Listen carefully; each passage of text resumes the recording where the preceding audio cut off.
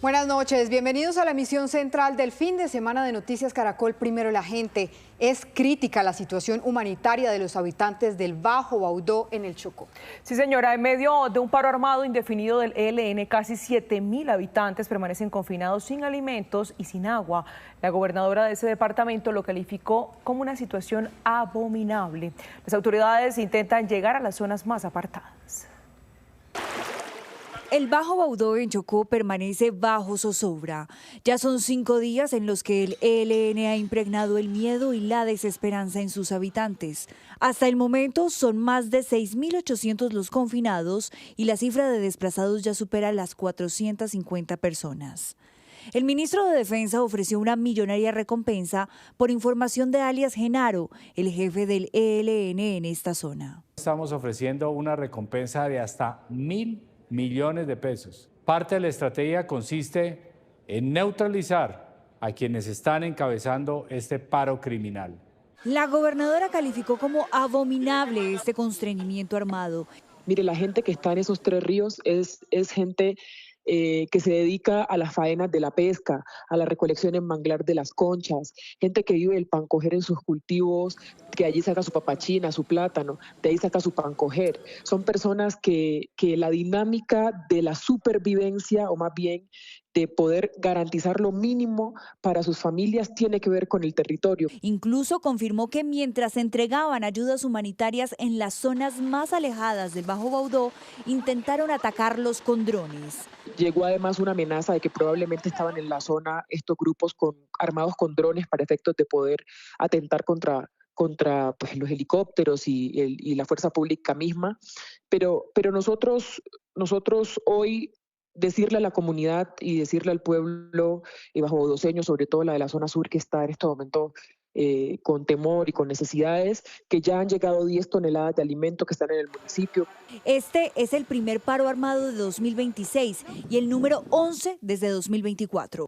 Decirle al gobierno que no se han manifestado en nada, no se han pronunciado en nada, y vemos un silencio, yo diría que despreciable hacia esta problemática.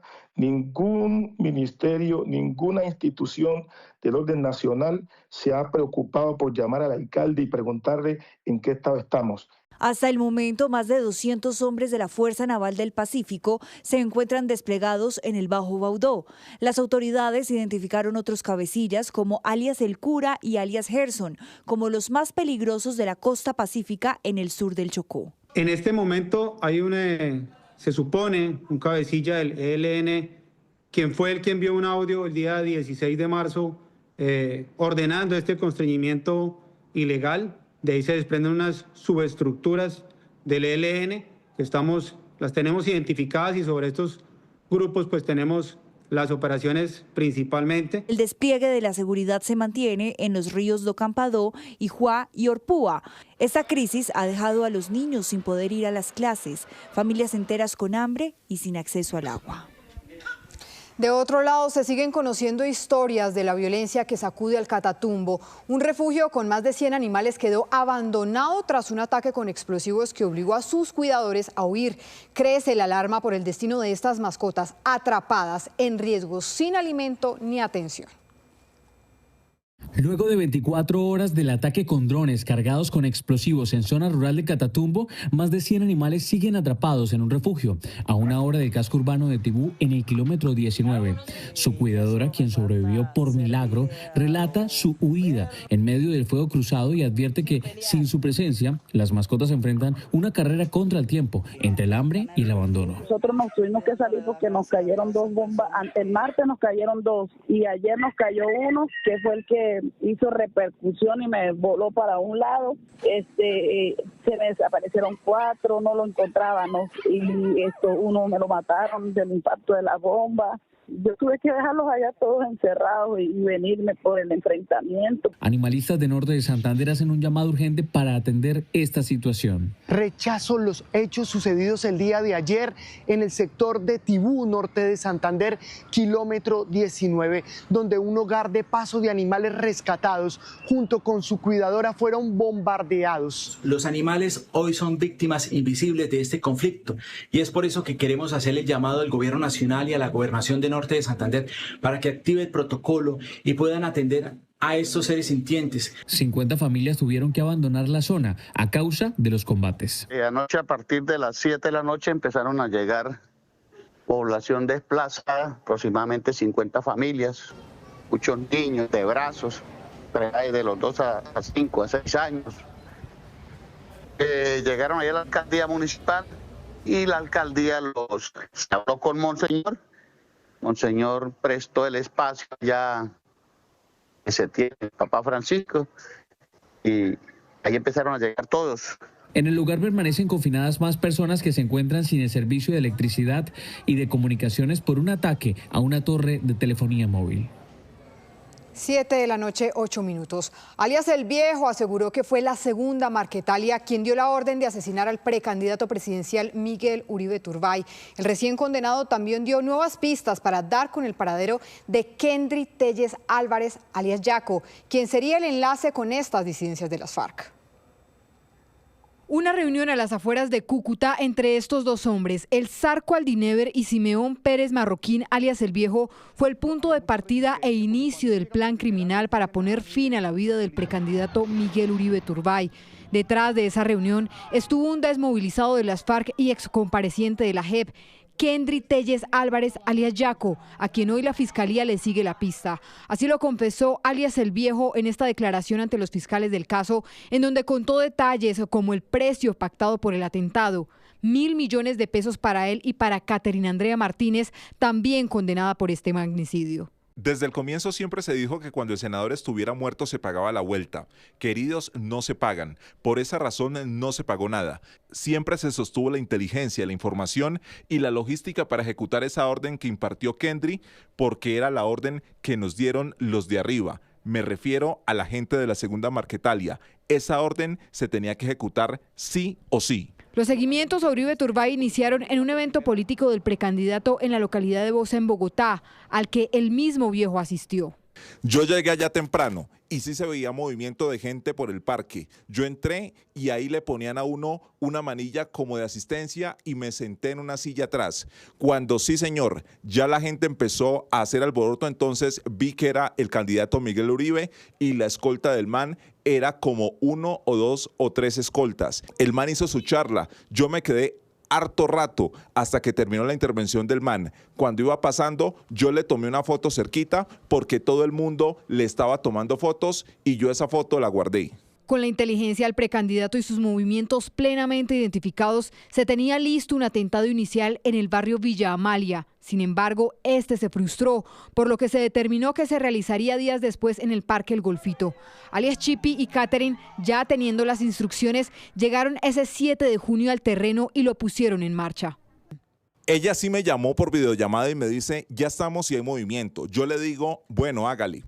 En ese momento ella estaba dentro del carro con Chipi y el menor y ella me pregunta algo del arma. Yo le dije que no tenía que hacerle nada porque no tenía seguro, porque la pistola tenía un sistema de ráfaga que se le modificó de la original. Y Chipi me dice que eso se le suelta de la mano al chino que iba a disparar por esa ráfaga y me dice que la va a poner tiro a tiro. Le digo que lo haga como quiera, pero que lo haga. Y me desconecto de la videollamada. Después al rato me marcó Chipi y me dijo, listo, ya fue. Sin embargo, el resultado para los criminales no fue el esperado, como lo cuenta alias El Viejo. Yo me encontré con Kendry en Candelaria La Nueva, en una panadería y me dijo como bravo, hermano, eso quedó mal. La intención fue buena porque sí le pegaron, pero usted sabe que eso tiene que haber quedado hecho. Esperemos a que se muera el senador porque plata no dan hasta que el man no se muera. Estos son solo algunos detalles de la extensa declaración de alias El Viejo, que fue condenado a 22 años de cárcel tras lograr una negociación con la Fiscalía. La defensa de la familia del precandidato pidió celeridad en las investigaciones para que se logre la pronta captura de los autores intelectuales de este magnicidio.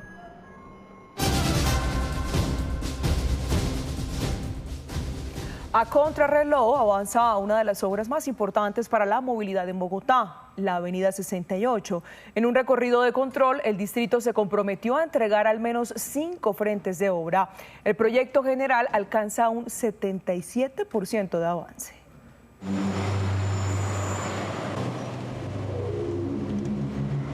La Avenida 68 en Bogotá. Una vía que atraviesa 10 localidades y lleva cerca de 5 años en obra, aunque debía terminarse en 2025. Diversos retrasos han aplazado la entrega total de la troncal de Transmilenio hasta el próximo año. Y ese es el reto, terminar y entregar a tiempo.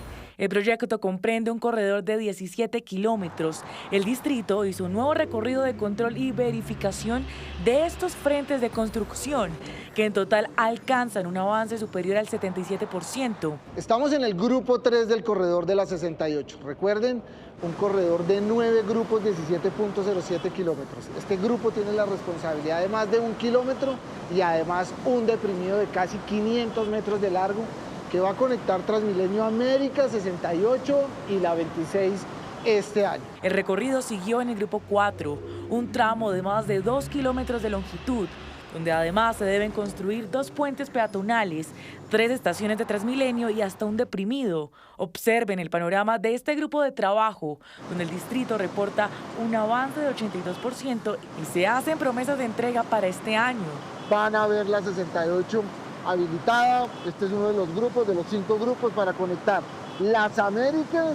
Viene el grupo 3, va a conectar con este grupo que es el grupo 4, el grupo 5 que ya lo tenemos en el 99% y vamos a subir por toda la 26. La evaluación y el control pasó al grupo 6, uno de los tramos más complejos que estuvo a días de caducar, lo que representaba que las obras se retrasaran en el occidente de la ciudad, una zona clave para la movilidad. El éxito es que se va nivelando y este también es otro de los grupos que el señor alcalde nos ha pedido que entreguemos este año. Cumplir con el cronograma de obra representa reducir significativamente los tiempos de viaje en un corredor que en promedio moviliza 7.500 personas por hora y sentido en sus horas de máxima demanda.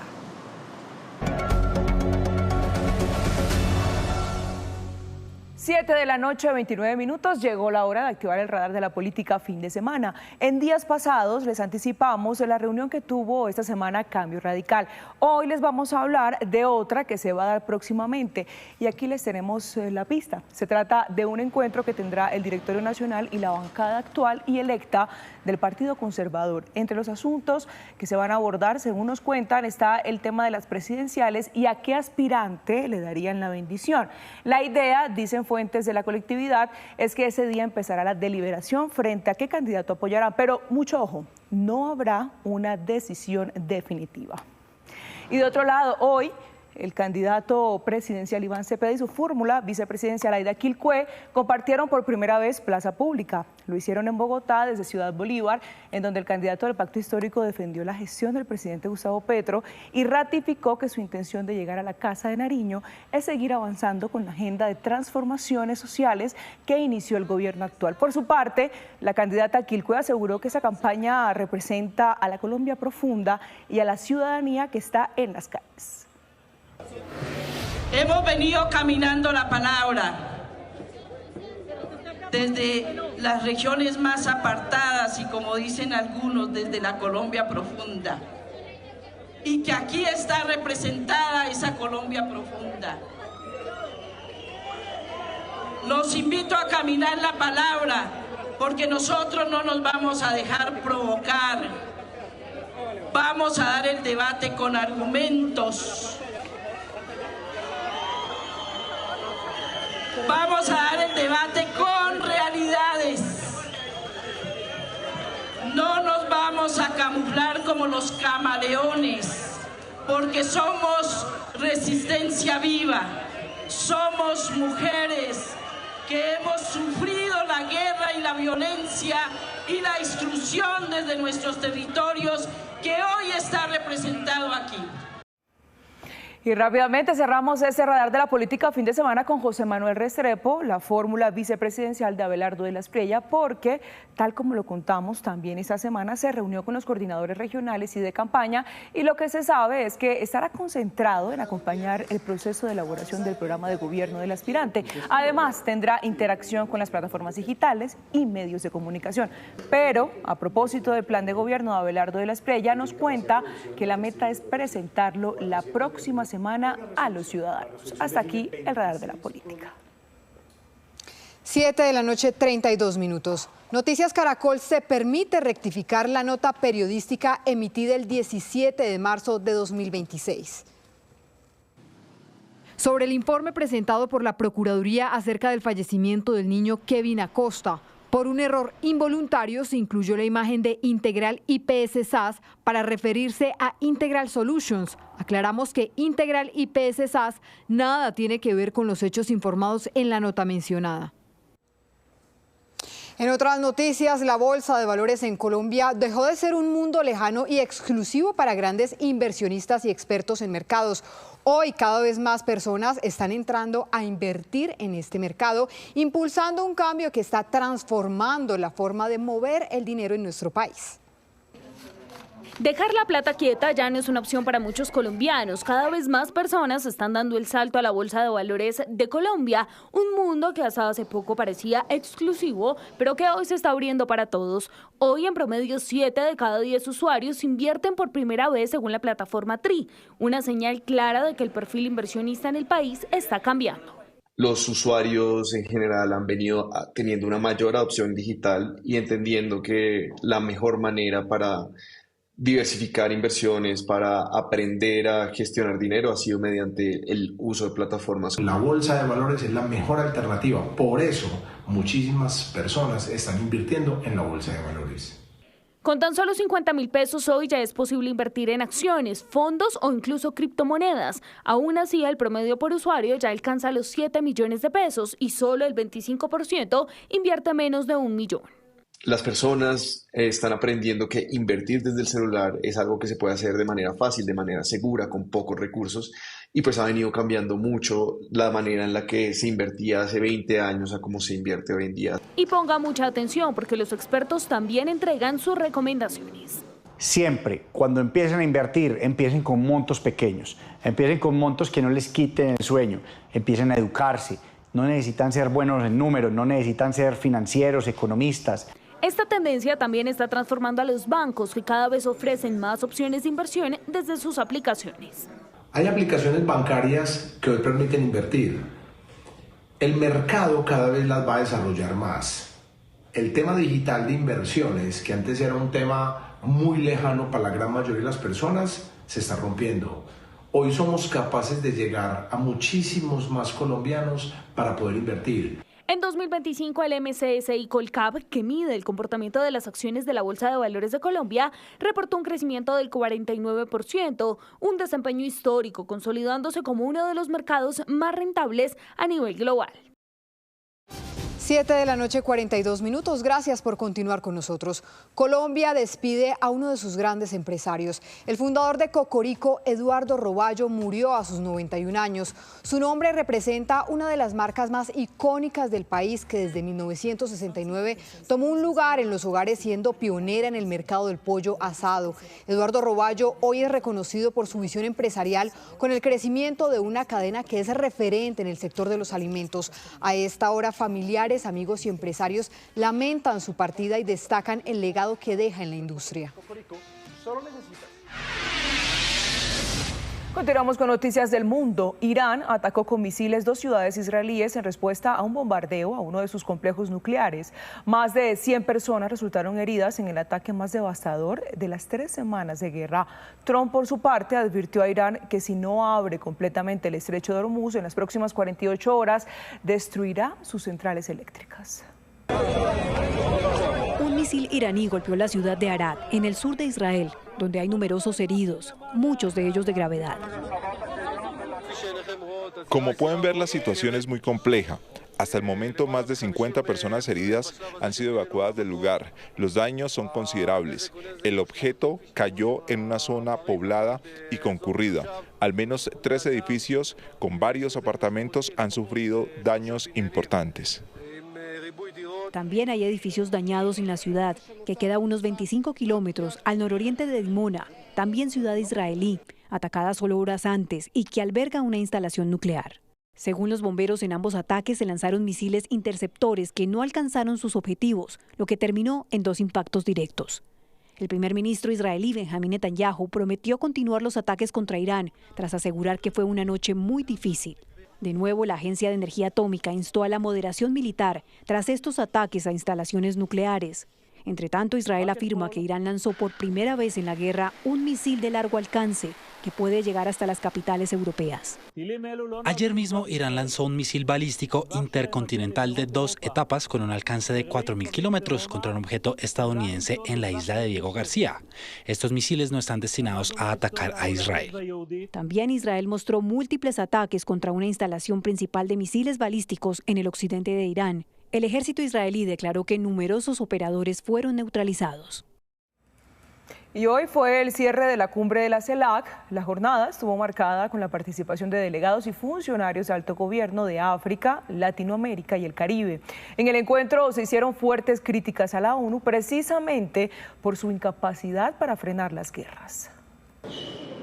En el encuentro de la 10ª cumbre de jefas y jefes de Estado y de Gobierno de la Comunidad de Estados Latinoamericanos y del Caribe CELAC, hubo fuertes críticas al rol que ha tenido la Organización de Naciones Unidas en la guerra en el Medio Oriente. Que no han sido capaces de solucionar el problema de Gaza, de Irak, de Libia, no fueron capaces de resolver el problema de Ucrania ni el de Irán. Es decir, todo se soluciona con guerra hoy día. Los que tienen más armas, más navíos, más aviones, más dinero. Creo que la crisis de las Naciones Unidas puede ser mirada desde 2 perspectivas. Una, su final, su colapso, se financia, puede entrar simplemente en una parálisis de su acción, de su incapacidad para resolver problemas comunes de la humanidad. El presidente de Brasil también cuestionó las acciones de Estados Unidos en Cuba y Venezuela. Miren lo que hacen con Cuba en este momento. Miren lo que hicieron con Venezuela. Eso no es democrático. ¿En qué párrafo, en qué artículo de la Carta de las Naciones Unidas dice que un presidente de un país puede invadir a otro? ¿En qué documento del mundo está escrito? Ni siquiera en la Biblia. En el encuentro que se desarrolló en Bogotá también estaba el ministro de Relaciones Exteriores de Cuba, quien aseguró que están dispuestos al diálogo con Estados Unidos. Estaremos también dispuestos a un diálogo serio y responsable con el gobierno de Estados Unidos, sin injerencia en los asuntos internos ni en los sistemas políticos, económicos y sociales respectivos. Hoy Colombia, en cabeza del presidente Gustavo Petro, le entregó la presidencia pro tempore de la CELAC a su homólogo de Uruguay, Yamandu Orsi. El presidente Donald Trump amenaza con usar agentes de ICE para reforzar la seguridad en aeropuertos. La medida depende de que el Congreso apruebe los fondos para seguridad nacional en medio de un bloqueo que ya provoca retrasos y filas en varias terminales del país. Por medio de su cuenta de X, el mandatario advirtió que si no hay acuerdo, los agentes podrían asumir funciones de seguridad e incluso empezar a realizar detenciones. Cuba sufrió un nuevo apagón nacional, el segundo en menos de una semana. El Ministerio de Energía informó que se produjo una desconexión total del sistema eléctrico nacional antes de las 6:30 de la tarde y que ya se ha comenzado a trabajar para restablecer el servicio en medio de los desafíos que afronta la isla bajo una grave crisis a raíz del bloqueo energético de Estados Unidos. Una avalancha de nieve en Italia dejó 2 esquiadores muertos y 25 personas atrapadas en Tirol del Sur. La emergencia se registró a 2.400 metros de altitud y movilizó a cerca de 80 rescatistas, entre ellos equipos de rescate alpino, policías y bomberos que trabajan contra el tiempo en condiciones extremas. Las autoridades advierten sobre un alto riesgo de nuevas avalanchas tras las recientes nevadas, una situación crítica que mantiene en alerta a toda la región.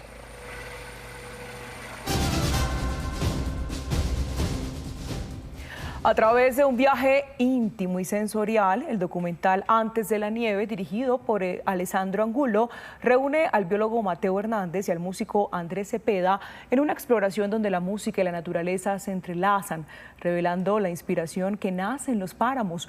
Una propuesta audiovisual que llega al canal Caracol este lunes 23 de marzo, después de nuestra emisión central de noticias de las 7 de la noche.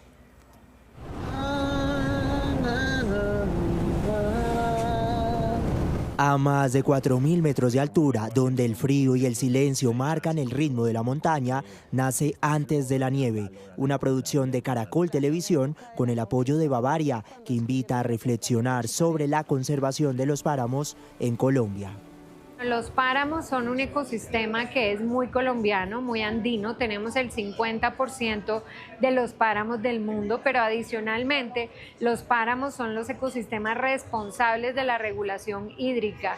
Producen de una manera directa o indirecta más del 80% del agua que usamos los colombianos. Son altas, son árboles muy grandes, en cambio en el páramo podemos ver las copas de una selva miniatura.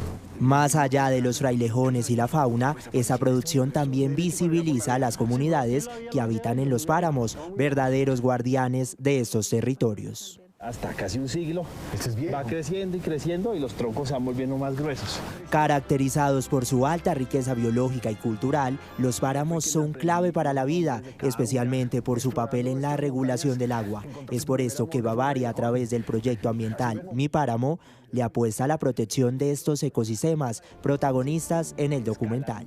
Me gustaría destacar las más de 16.000 hectáreas que han sido protegidas y restauradas en bosque alto andino en los ecosistemas de páramos.